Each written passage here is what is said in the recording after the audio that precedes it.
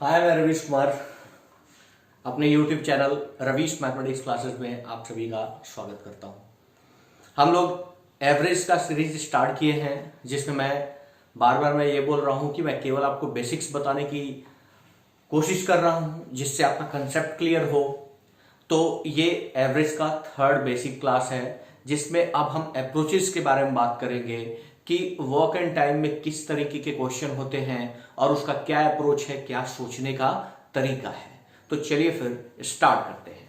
यहां पे अभी वर्क एंड टाइम का थर्ड पार्ट में हम लोग डिस्कस करेंगे जनरली रिलेटेड क्वेश्चन किस तरीके से होता है। खूब ध्यान से पहले सुनिएगा। किसी ग्रुप की बात होती है और उस ग्रुप में एडिशनली कोई लोग बाहर से आके जुड़ जाते हैं, या एक ग्रुप की बात होती है और यहां से कुछ लोग इस ग्रुप को छोड़कर चले जाते हैं, या एक ग्रुप की बात होती है और उसमें से एक पर्सन को निकाल दिया जाता है और उसकी जगह पर किसी दूसरे पर्सन को सब्स्टिट्यूट कर दिया जाता है, मतलब रिप्लेसमेंट की केस होती है। मतलब तीन तरीके का केस होता है। एक ग्रुप में एंटर करने वाला केस, मतलब बाहर से कोई इस ग्रुप में ज्वाइन कर लेता है, या एग्जिट होने वाला केस, कोई बंदा अंदर से बाहर चला जाता है, और या फिर रिप्लेसमेंट की केस होती है, एक बंदे को निकाल के और उसके जगह पर दूसरे बंदे को ला दिया जाता है। एक एक करके इसको हम समझने का कोशिश करेंगे। अब खूब ध्यान से समझिएगा। अगर मैं बात करता हूं कि एक कमरा है, इस कमरे में 100 रुपया है, इस कमरे में 100 रुपया है। अगर एवरेज में मैं बोलूं कि 5 बंदे का औसत हर किसी के पास 100 रुपया है, इसका मतलब यह होगा कि प्रत्येक बंदे के पास 100 रुपया है। अगर मैं बोलूं कि एक कमरा है जिसमें औसत 100 रुपया है, एवरेज 100 रुपया है प्रत्येक बंदे के पास, और सपोज मैंने डिफाइन किया कि उस कमरे में 5 बंदे हैं। खूब ध्यान से समझिएगा। एक कमरा है, इस कमरे में 5 बंदे हैं और इस 5 बंदे के पास एवरेज मनी 100 रुपया है। इसका मतलब आप ये नहीं बोल सकते हो कि पर्टिकुलर बंदा को खड़ा कर दिए और उसके बाद बोले कि उसके पास भी 100 रुपया होगा। नहीं, पर्टिकुलर क्या वैल्यू है ये आप नहीं बता सकते हो सकता है कि उस कमरे में जो 5 व्यक्ति बैठे हैं उनमें से किसी के पास एक भी रुपया नहीं था, लेकिन जब वो कमरा में बैठा है, जब एवरेज वैल्यू देखा गया तो हर किसी के पास 500 रुपया था। मतलब सपोज अगर करो, इस कमरे में एक कमरा है, खूब ध्यान से समझिएगा। इस कमरा में ए, बी, सी, डी और ई नाम के बंदे बैठे हैं, और मैं बोल रहा हूं इसका जो एवरेज है वो है 100 रुपया। इसका मतलब ये नहीं हुआ कि हम पर्टिकुलर बंदे को उठा देंगे, कहेंगे और बी को उठा देंगे और बी के पास 100 रुपया होगा। ये हम कंफर्म नहीं कर सकते। अगर मैं उठा दूं बी को, अगर मेरे पास केवल ये इंफॉर्मेशन है कि इस कमरे में 5 व्यक्ति है, ए, बी, सी, डी और ई, जिसका औसत 100 रुपया है, इसका मतलब ये हुआ कि पर हेड इमेजिनरी रूप से ये माना गया है कि हर किसी के पास 100 रुपया है। हाँ, ये कंफर्म हम कर सकते हैं कि इस कमरे में टोटल 100 गुना 5 मतलब 500 रुपया होगा। ये कंफर्म है, बट किसी पर्टिकुलर बंदे को उठा के आप नहीं बोल सकते हो कि उसके पास भी 100 रुपया होगा। हो सकता है किसी के पास 150 रुपया हो, किसी के पास 50 रुपया हो, किसी के पास एक भी रुपया नहीं हो, लेकिन औसत कहने से आप पर हेड का कैलकुलेशन नहीं कर सकते हो। तो अब आई थिंक ये बात आपको क्लियर होगा कि मैंने क्या बोला।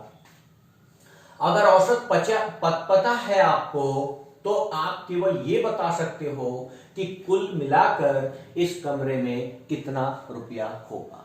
कोई दिक्कत? अब औसत क्या बोलता है कि अगर किसी का भी इंट्रेंस, बाहर से अगर कोई बंदा आता है और उतना ही वैल्यू लेके आता है तो मुझे कोई फर्क नहीं पड़ेगा।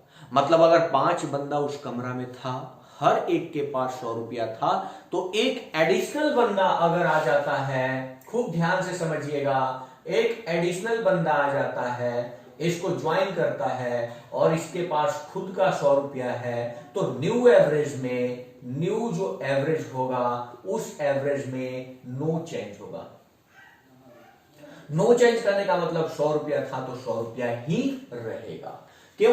5 बंदे हैं, ईच के पास 100 रुपीज है, ये भी बंदा आया अपना कितना लेके 100 रुपया, तो एवरेज में कहीं कोई दिक्कत नहीं होगा। ऐसे ऐसे 4%, 5%, 2%, 3% कितने भी लोग आ जाए, उनके पास अगर खुद का 100 रुपया हो तो इसमें कहीं कोई प्रॉब्लम नहीं होगा। खूब ध्यान से समझिएगा। अब इसमें इस कमरे में ए, बी, सी, डी और ई थे, जिसका एवरेज था 100 रुपया। खूब ध्यान से समझिएगा। अब एक बंदा इस ग्रुप में एंटर करने का कोशिश कर रहा है, लेकिन इसके पास अपने खुद का 70 रुपीज ही है, 70 रुपया ही है उसके पास। तो अब एक बात बताओ, एवरेज का लॉ क्या बोलता है? अगर कोई भी शामिल होगा तो एवरेज उसको बराबर करने की कोशिश करेगा। एवरेज का लॉ ये है कि अमीरों को लूटो, गरीबों में बांटो और सबको इक्वल वैल्यू का बना दो। तो अब ये बंदा अगर इसमें एंटर करेगा तो पहले से ए, बी, सी, डी और ई हर किसी के पास 100 रुपया था, लेकिन जब ये 70 रुपया लेके जाएगा तो डिस्क्रिमिनेशन होगा, समान न्याय नहीं रहेगा। तो ये पांचों इसको कंट्रीब्यूट करेंगे, इसको डोनेट करेंगे और इसको भी अपने वैल्यू के पास लाने का कोशिश करेंगे। यही एवरेज का लॉ है। तो यहां पे पांचों बंदे सेम अमाउंट इसको कंट्रीब्यूट करेंगे और इसको भी उतना ही बनाने का कोशिश करेंगे जितना ये लोग हो जाएंगे।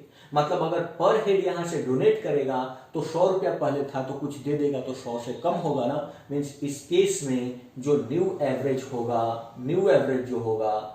एवरेज वो डिक्रीज करेगा। वो क्या करेगा? डिक्रीज करेगा। 100 रुपया से क्या होगा? कम होगा। डाउनवर्ड साइन मतलब क्या? कम होगा। कितना कम होगा, क्या कम होगा, उसके बारे में भी मैं कोई चर्चा नहीं कर रहा हूं। मैं केवल आपको समझाने का कोशिश कर रहा हूं कि अगर एक बंदा इस ग्रुप में एंटर करता है जिसके पास 70 रुपया है, जबकि ग्रुप वाले का एवरेज 100 रुपया है, तो अगर कम वैल्यू वाले लोग को एंटर करवाओगे तो एवरेज क्या हो जाएगा? घट जाएगा। वैसे ही यहां पे अब देखिएगा, अब यहां पे जो एक नया बंदा जो एंटर कर रहा है, सपोज इसके पास 150 रुपये है, 150 रुपया है। अब ये 150 रुपया लेके इस ग्रुप में एंटर कर रहा है। इस ग्रुप में पहले से 5 व्यक्ति हैं और पांचों के पास अपना क्या है? 100 रुपया। तो ये बंदा अगर 100 रुपया लेके जाएगा तो डिस्क्रिमिनेशन हो जाएगा। तो वो क्या करेगा? अपने पैसा में से इन लोगों को बांटना शुरू करेगा, क्योंकि एवरेज का फंडा ये है कि हम सबको इक्वल वैल्यू पे लाएंगे। कोई दिक्कत? तो इक्वल वैल्यू पे लाएगा। तो ये बंदा ऑलरेडी, तो ये लोग 500 रुपया लेकर बैठे थे, ये बंदा जब एंटर किया तो ये अपने एक्स्ट्रा मनी में से इन लोगों को भी बांटेगा। और अगर बांटेगा तो इनको 100 रुपया से कुछ और ज्यादा मिलने वाला है। मतलब न्यू एवरेज जो होगा वो इंक्रीज कर जाएगा। वो क्या हो जाएगा? इंक्रीज कर जाएगा। मतलब 100 रुपया नहीं रहेगा, 100 रुपया से क्या हो जाएगा? बढ़ जाएगा। कैसे बढ़ेगा, कितना बढ़ेगा, वो बाद की बात है। मैंने 3 चीज डिस्कस किया एक ही केस में कि अगर कोई एंटर करेगा किसी ग्रुप में तो उस ग्रुप के एवरेज के बराबर अगर उसका वैल्यू है तो नया एवरेज में कोई चेंजिंग नहीं होगा। अगर उसका वैल्यू कम है और वो एंटर कर रहा है एवरेज में, एवरेज से अगर उसका वैल्यू कम है तो एवरेज को क्या कर देगा? घटा देगा। नया एवरेज जो होगा वो घट जाएगा। अगर एक बंदा एंटर कर रहा है और उसका वैल्यू एवरेज से ज्यादा है तो एवरेज को बढ़ा देगा। कितना बढ़ाएगा, कैसे बढ़ाएगा, वो बात की बात है। मैं एक एक करके डिस्कस करता हूं। आप बने रहिएगा, आप इस चीजों को समझिएगा, क्योंकि अगर आप इन चीजों को समझ लेते हैं तो आपको एवरेज बनाने में बहुत ही मजा आने वाला है। ऐसा नहीं कि मैंने 4 क्वेश्चन आपको करा दिया और आपको लगेगा कि हाँ हमने तो सारा चीज सीख लिया। ऐसा नहीं है। इसीलिए मैं बोलता हूं कि बेसिक्स अगर आपको क्लियर होगा तो आप बड़ा इजीली क्वेश्चन कर सकते हो। चलिए आगे की बात करता हूं। अगर कोई बंदा एग्जिट कर रहा है, ग्रुप छोड़ रहा है, खूब ध्यान से समझिएगा। अब यहां पे ए बी सी डी और ई नाम का बंदा है और इनका एवरेज था 100 रुपया। 100 रुपया एवरेज क्या था? 100 रुपया। मतलब ए बी सी डी और ई हर किसी के पास औसतन 100 रुपया है। इसका मतलब ये नहीं कि ए के पास 100 रुपया है, बी के पास 100 रुपया, ये पहले ही मैं डिस्कस कर चुका हूं। ये एवरेज है। किसके पास ओन कितना वैल्यू है? कोई पता नहीं है। लेकिन जब यहां से सपोज ई ग्रुप छोड़ने की बात करेगा तो जब तक 2 दोस्तों में, 5 दोस्तों में, 10 दोस्तों में, खूब ध्यान से समझना, अगर यारी है तो किसी का भी पैसा किसी के भी पास हो, किसी के ऊपर भी कितना भी ड्यूस हो, इससे कोई फर्क नहीं पड़ता है। लेकिन जिस वक्त दोस्ती टूटती है उस वक्त वो एक एक पैसा का हिसाब करता है और बोलता है आपके पास तो ये था, मेरा तो इतना बचा हुआ था, मेरे को तो इतना चाहिए, तो वो सारा हिसाब होने लगता है। तो अगर ये जब तक ई इस ग्रुप में था तब तक इन लोगों ने इसको मैनेज किया होगा।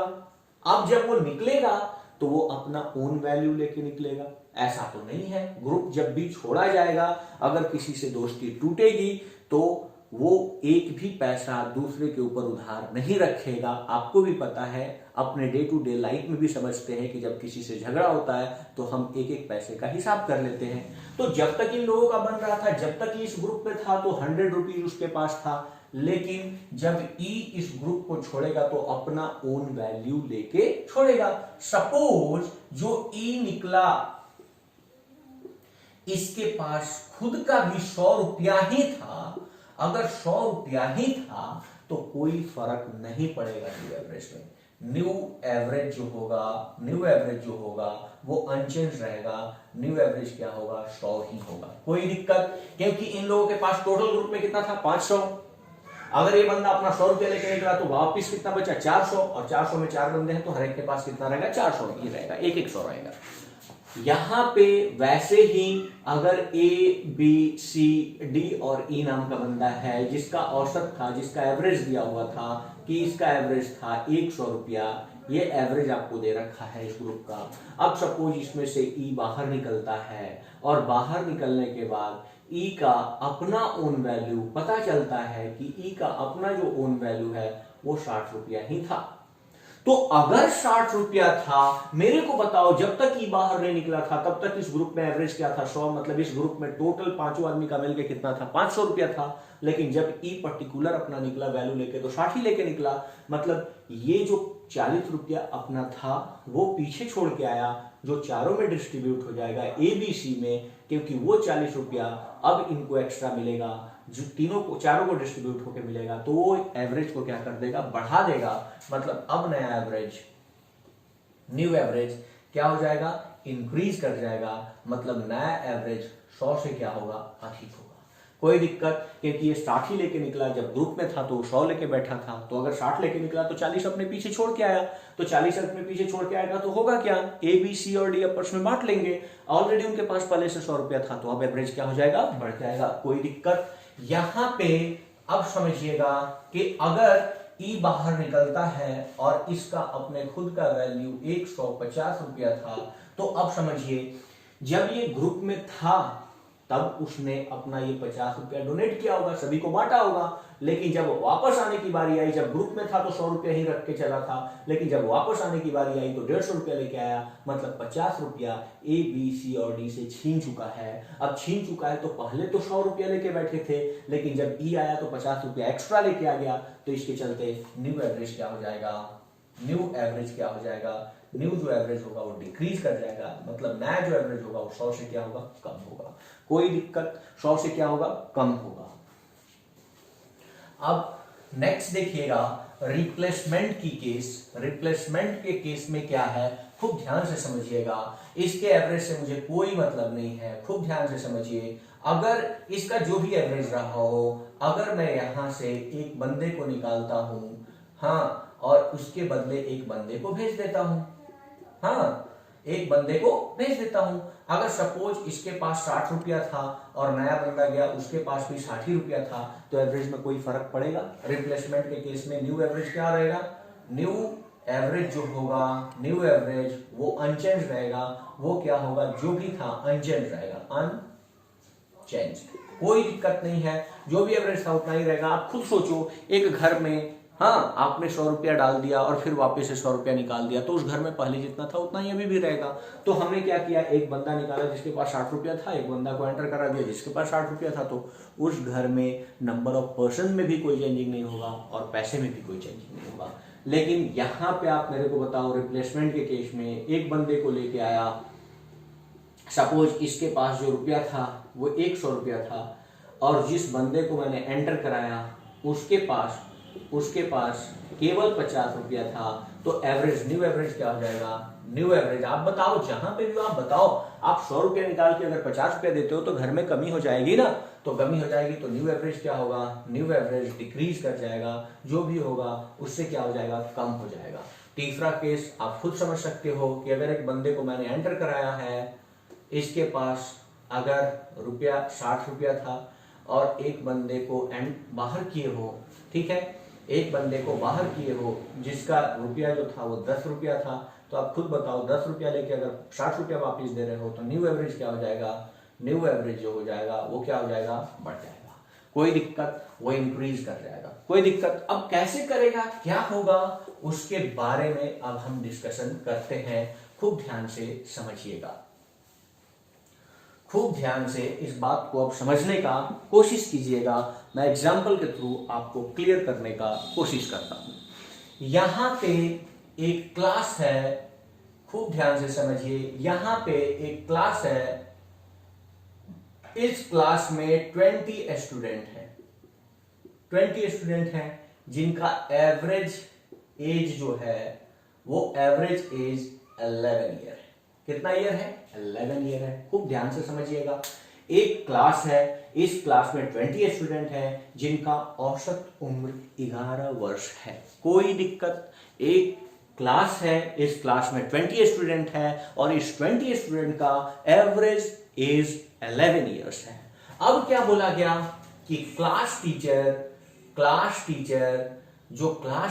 है वो क्लास टीचर के इस ग्रुप में आ जाने से, मतलब अब क्लास टीचर क्या होता है? क्लास को ज्वाइन कर लेता है। अब क्लास को जब क्लास टीचर ज्वाइन करेगा तो ऑब्वियस सी बात है उन बच्चों से उनका एज जनरली ज्यादा होगा, तो ज्यादा होगा। अगर कुछ ज्यादा हम वैल्यू एवरेज तो 11 ईयर था, जो टीचर होगा उससे तो ज्यादा होगा, तो एवरेज को क्या कर देगा? बढ़ा देगा। वो क्वेश्चन में आपको दे रखा, जिसके चलते क्लास टीचर के आ जाने से जो न्यू एवरेज होता है वो न्यू एवरेज क्या होता है?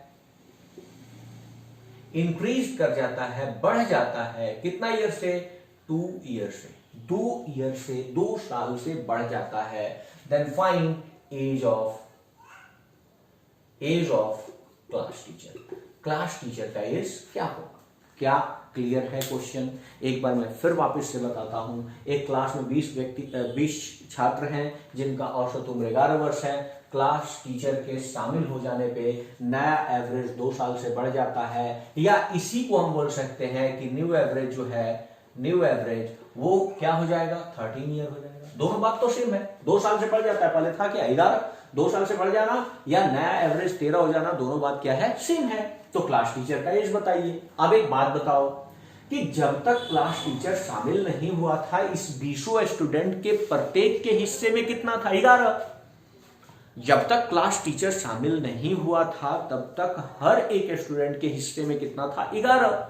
जैसे ही टीचर सम्मिलित होता है ये लोग का एवरेज 2 से बढ़ जाता है, मतलब इन लोग का एवरेज अब 11 से क्या हो जाता है? 13 हो जाता है। मतलब हर किसी को 2-2 का डोनेशन मिलता है। ये 2-2 कोई कहीं ना कहीं से तो उड़ के आया है, तो ये आया कहां से होगा? ये क्लास टीचर ही तो एंटर किया है। और एवरेज का लॉ है, हम जब भी जाएंगे तो सबको बराबर करने का कोशिश करेंगे। इसका मतलब टीचर गया होगा और इन सभी को डिस्ट्रीब्यूट किया होगा। टीचर गया होगा और इन सभी को डिस्ट्रीब्यूट किया होगा। अब टीचर जब एंटर किया होगा, जिसके चलते हर 20 स्टूडेंट का 2-2 साल बढ़ गया, तो टीचर ने डोनेट किया होगा। कितना डोनेट किया होगा? 2 साल। कितने स्टूडेंट को? 20 स्टूडेंट को। तो मेरे को बताओ, हर किसी ये डोनेशन में कितना दे दिया? 40 इयर्स दे दिया क्या? 40 इयर्स दे दिया क्या? कोई दिक्कत, कोई प्रॉब्लम? 40 इयर्स अभी टीचर डोनेट कर दिया है, वो उसी का वैल्यू था, वो उसने ही भेजा होगा, वो उसने ही दिया होगा। दूसरा, ये कंडीशन खूब ध्यान से समझिएगा। एवरेज क्या बोलता है? हम किसी को उतना ही दे सकते हैं या ले सकते हैं जिससे हम सभी बराबर हो जाए। खूब ध्यान से समझिएगा। एवरेज क्या बोलता है? कि हम उतना ही किसी को दे सकते हैं या उतना ही किसी से ले सकते हैं जिससे हम सभी बराबर हो जाएं। तो अगर टीचर ने इन सभी को 13 साल पे लाया है तो खुद भी अपने पास क्या रखा होगा, 13 साल रखा होगा। क्या ये बात समझ पा रहे हो? टीचर खुद भी अपने साल क्या रखा होगा, 13 साल रखा होगा, क्योंकि एवरेज का लॉ है कि हम आपको उतना ही देंगे जिससे हम सभी बराबर हो जाएं। तो टीचर ने उन लोगों को क्या 2-2 साल दिया, कितने स्टूडेंट को, 20 स्टूडेंट को, मतलब 40 साल तो डोनेशन में दे दिया, और सभी को अगर 13 पे पहुंचाया तो वो अपने पास ये क्लास टीचर जो है वो अपने पास 13 साल रखा होगा और ये डोनेट किया था, तो कुल मिला के क्लास टीचर जो हो जाएगा वो 53 इयर्स का हो जाएगा। कोई दिक्कत, 53 इयर्स का हो जाएगा। यहां पे मैं स्लाइटली चेंज कर करके बार बार मैं आपको समझाने का कोशिश करता हूं, खूब ध्यान से समझिएगा। मैं इस चीज को अब मिटाता हूं, यहां पे इस चीज को मिटाता हूं और यहां पे नंबर ऑफ स्टूडेंट को मिटा देता हूं। अब मैं बोलता हूं ताकि आपको ये चीज क्लियर हो, मैं बोलता हूं कि सपोज 10 स्टूडेंट है, 10 स्टूडेंट है। कितने स्टूडेंट है? 10 स्टूडेंट है। इस क्वेश्चन में मैंने क्या लिया कि 10 स्टूडेंट है। अब 10 स्टूडेंट है जिसका औसत उम्र क्या है, 11 वर्ष है। क्लास टीचर के आ जाने से नया औसत उम्र 1 ईयर से इंक्रीज कर जाता है, या हम बोल सकते हैं कि अब नया औसत क्या हो जाता है, 12 साल। कोई दिक्कत, नया औसत क्या हो जाता है, 12 साल। क्वेश्चन क्या है, in a class 10 student, average age is 11 years. When class teacher enter in a class, then average increase by 1 year or average becomes 12 year. Then find age of class teacher. अब अगर class teacher का as मुझे निकालना है तो मेरे को बताओ इस क्लास टीचर के चलते 10वें स्टूडेंट 11 से 12 साल पे आए हैं क्या, मतलब हर एक स्टूडेंट को 10 साल का डोनेशन मिला है क्या, मतलब क्लास टीचर ने डोनेट किया है। क्लास टीचर जो है इसी का दोनों पार्ट है, ये डोनेशन पार्ट है और ये उसका खुद का होगा। तो 10वें स्टूडेंट को 1 साल डोनेट किया, मतलब 10 साल तो इधर हो गया, क्लियर है, और सभी को 12 पे पहुंचाया तो वो खुद भी 12 साल का होगा, मतलब दोनों को ऐड कर दें तो मेरे को बताओ क्या 22 इयर्स नहीं आएगा क्या, 22 इयर्स नहीं आएगा क्या? कोई दिक्कत, कोई प्रॉब्लम, कोई दिक्कत। चलिए अब मैं आपको एक और क्वेश्चन कराने की कोशिश करता हूं, खूब ध्यान से समझिएगा। बोला क्या गया, एक नाव है और इस नाव में 5 व्यक्ति बैठे हुए हैं, 5 व्यक्ति बैठे हुए हैं, कोई दिक्कत, 5 व्यक्ति बैठे हुए हैं, और इस 5% का जो एवरेज वेट है, वो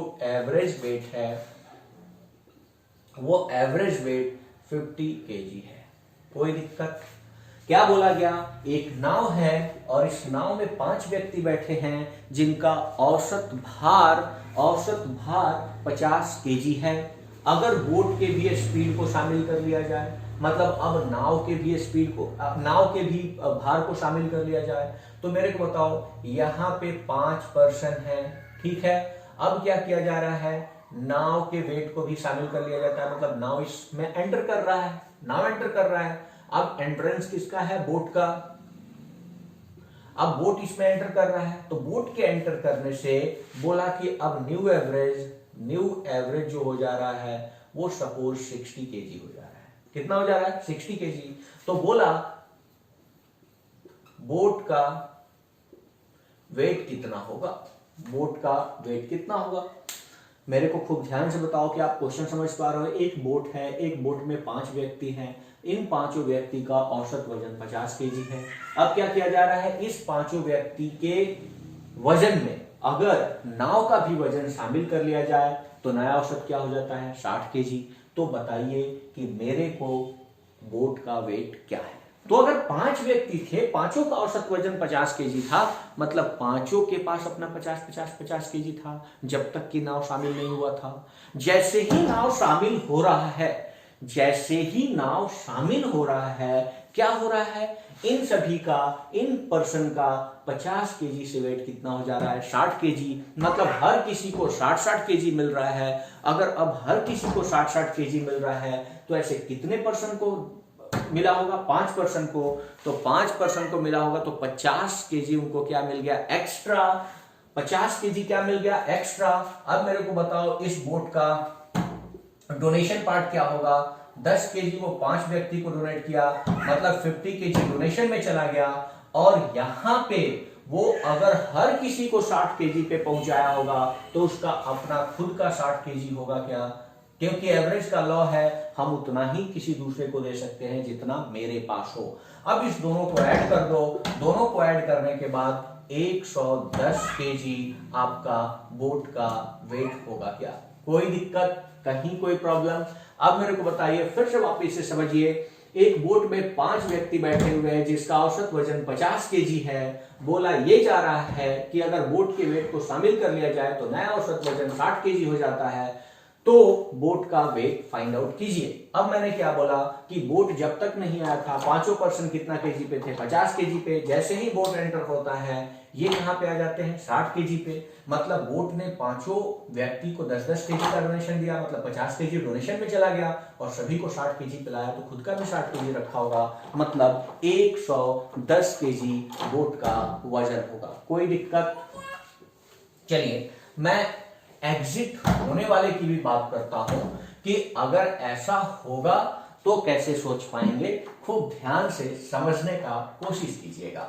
यहां पे मैं बोलता हूं कि एक ग्रुप है और इस ग्रुप में 8 पर्सन है जिनका औसत भार, औसत वजन, जो एवरेज वेट है, वो एवरेज वेट 50 केजी है। खूब ध्यान से समझिएगा, औसत वजन 50 केजी है। अब मैं क्या बोलता हूं कि यहां से एक बंदा बाहर निकल जाता है। एक बंदा के बाहर निकल जाने से, अब ये बंदा बाहर निकल गया, इस बंदे के बाहर निकलने से औसत वजन 2 केजी से न्यू जो एवरेज है, न्यू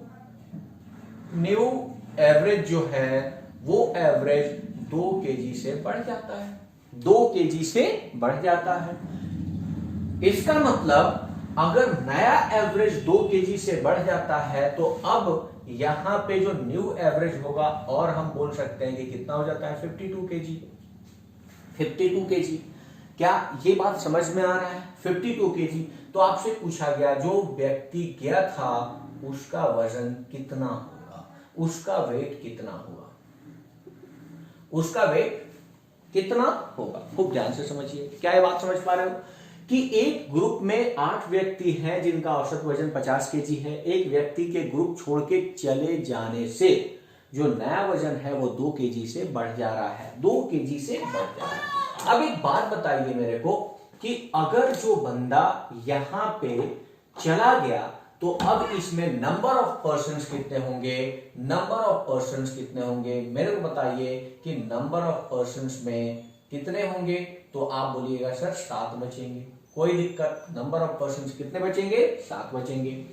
अब इस 7 व्यक्ति का 2-2 केजी बढ़ गया होगा, क्योंकि जब तक ये बंदा नहीं निकला था तो 7 क्या 8 के पास कितना था? 50-50 केजी था। लेकिन जैसे ही ये बंदा छोड़ के ग्रुप हो जाता है, सभी का क्या हो जाता है? सभी क्या मतलब बचे हुए का 7 का कितना हो जाता है? 52 केजी। मतलब 7 के पास 2-2 केजी का इंक्रीमेंट हो जा रहा है। 2 केजी का इंक्रीमेंट हो रहा है कितने के पास? 7 के पास। तो 14 केजी ग्रुप में बढ़ जा रहा है, एक्स्ट्रा हो जा रहा है। इस बंदे के जाने के चलते ग्रुप में अगर 14 केजी बचा होगा तभी तो 7 अपने आपस में डिस्ट्रीब्यूट किए होंगे 2-2 केजी, और 50 से कहां आ गए होंगे? 52 केजी पे।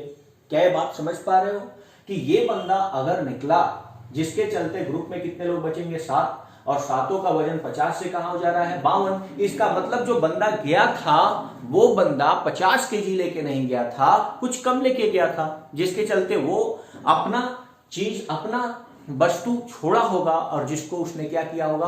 बाकी बचे लोग आपस में बांटे होंगे। तो मेरे को बताओ 7 पर्सन का 2-2 केजी से इंक्रीमेंट हुआ, मतलब 14 केजी इन लोग के पास एक्स्ट्रा बच गया होगा। मतलब ये बंदा 50 केजी लेके नहीं आया था, 50 केजी की जगह पर 14 केजी ग्रुप में छोड़ के आया था। तो मेरे को बताओ क्या इसका वेट 36 केजी होगा क्या? कोई दिक्कत? क्या इसका वेट 36 केजी होगा क्या? कोई दिक्कत? कोई दिक्कत नहीं है। चलिए जब भी समझ में ना आए वीडियो को एक बार जरूर पॉज कीजिए, बार बार समझने का कोशिश कीजिए, क्योंकि ये सारा का सारा लॉजिक है। मैं कोई फॉर्मूला नहीं यूज कर रहा हूं, और फॉर्मूला यूज करने का कोई मतलब भी नहीं बनता है, क्योंकि ये चीजें काफी इजी है। एवरेज को अगर आप ढंग से पढ़ो, ढंग से सोचने का अगर नजरिया बदल लो, तो आप इन चीजों को बड़ा इजीली समझ पाओगे। खूब ध्यान से समझिएगा। अब मैं आपको एलिगेशन का लॉ बताता हूं, खूब ध्यान से समझिएगा। एलिगेशन का law, alligation law, alligation law average में एलिगेशन लॉ कैसे यूज होता है, खूब ध्यान से समझिए कि क्या है ये चीज। अगर मैं एक बात करता हूं क्लास की, इसमें मेरे को बताओ, कुछ लोग पास होगा, कुछ लोग क्या होगा, फेल होगा। खूब ध्यान से समझना कि एवरेज कैसे हम यूज कर सकते हैं। एक क्लास है, क्या है एलिगेशन का मतलब, खूब ध्यान से समझना। मैं बोल सकता हूं कि एक क्लास है, इस क्लास का एग्जाम हुआ तो कुछ लोग पास किए, कुछ लोग फेल किए।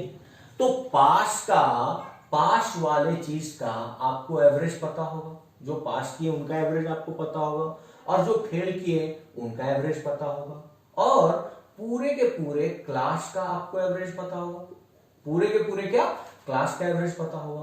तो अगर ऐसा कंडीशन आए कि जब दो ग्रुप के बारे में बात हो रहा हो और दोनों ग्रुप एक साथ कंबाइंड हो रहे हो, या एक ग्रुप हो दो भाग में टूट रहा हो, जैसे एक ही ग्रुप था क्लास और वो किस में बटा, पास में और फेल में। अगर ये तीनों इंफॉर्मेशन आपके पास है तो खूब ध्यान से समझिएगा कि पास का एवरेज तो ज्यादा होगा और फेल का एवरेज क्या होगा, कम होगा, और पूरे क्लास का एवरेज निकाला जाएगा तो इस दोनों के बीच में होगा।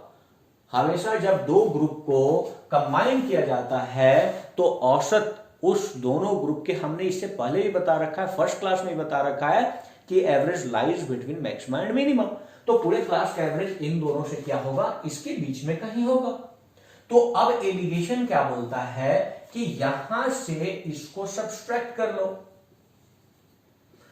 जो बड़ा है उसमें से छोटा को घटा लेना, सब्सट्रैक्ट कर लेना, फिर यहां से इसको सब्सट्रैक्ट कर लो। अब ये बड़ा है, ये छोटा है, जो बड़ा हो जो छोटा हो घटा लेना, सब्सट्रैक्ट कर लेना, और सब्सट्रैक्ट करने के बाद ये जो रेशियो मिलेगा, सब्सट्रैक्शन के दोनों पार्ट का रेशियो, वो क्लास में number of pass student and number of fail student के नंबर को रिप्रेजेंट करेगा।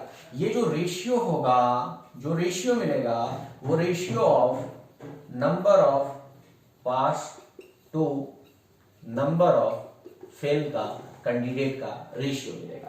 नंबर ऑफ पास स्टूडेंट और नंबर ऑफ फेल स्टूडेंट का रेशियो मिलेगा। जैसे कि मैं एक आपको एग्जांपल यहां पे करा रहा हूं, एक क्लास में जो लोग पास होते हैं उनका एवरेज मार्क्स 80 मार्क्स है।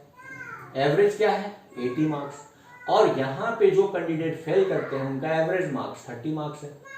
उनका एवरेज मार्क्स क्या है, 30 मार्क्स है।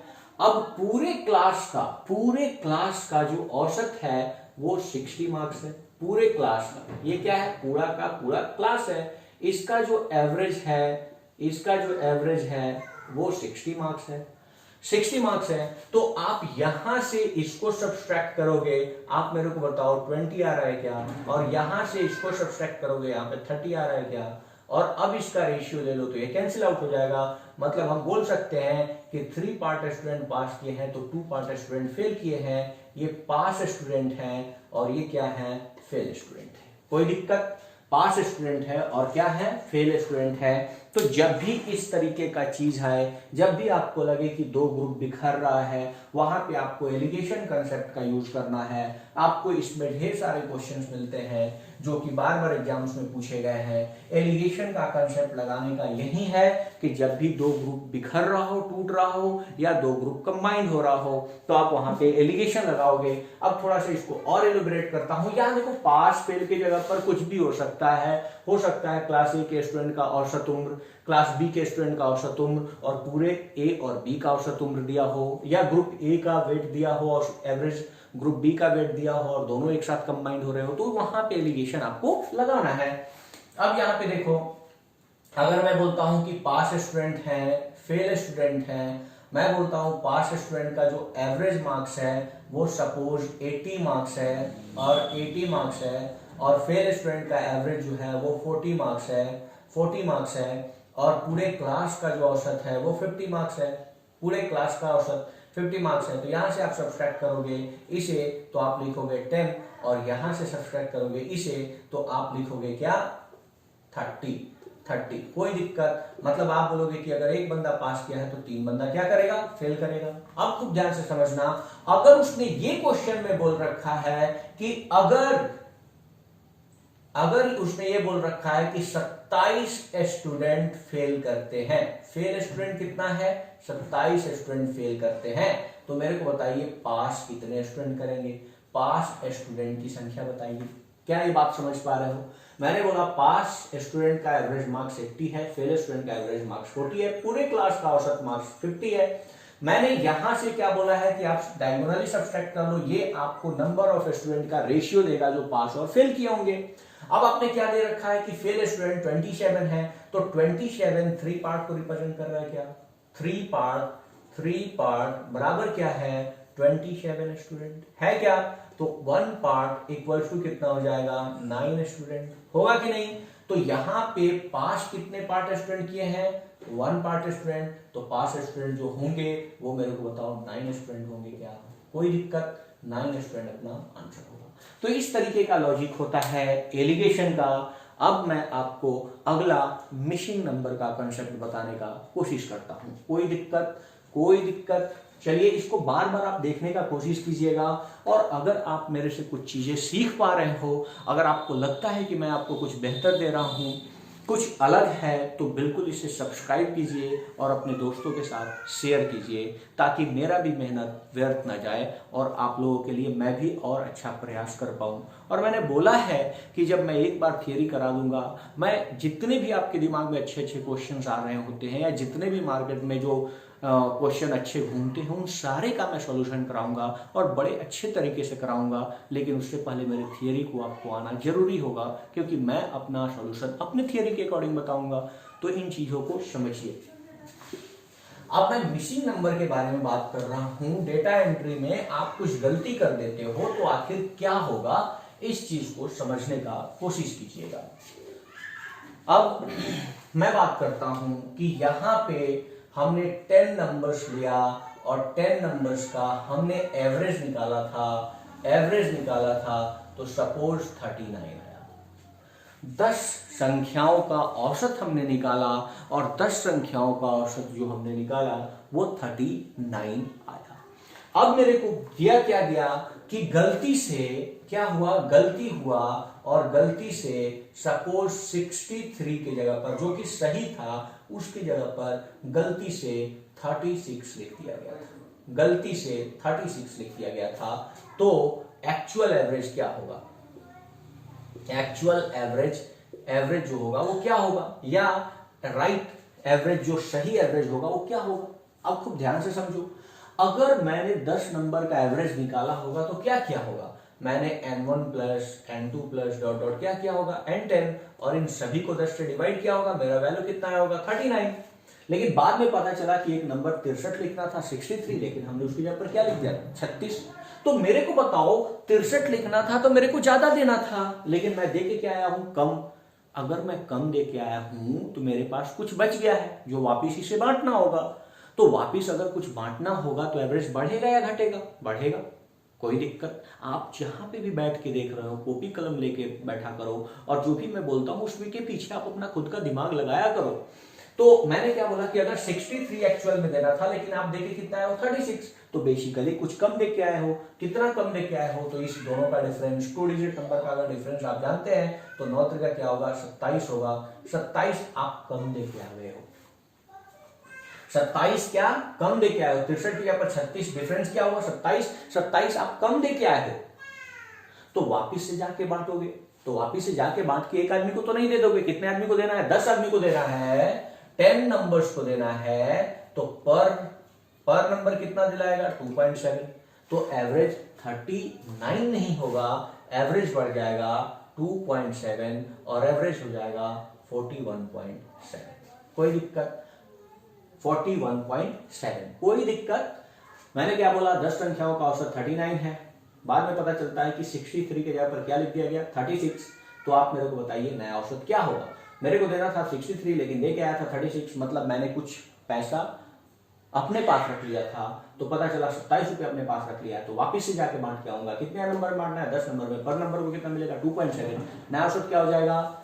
39 प्लस 2.7 क्या हो जाएगा? 41.7। कोई दिक्कत?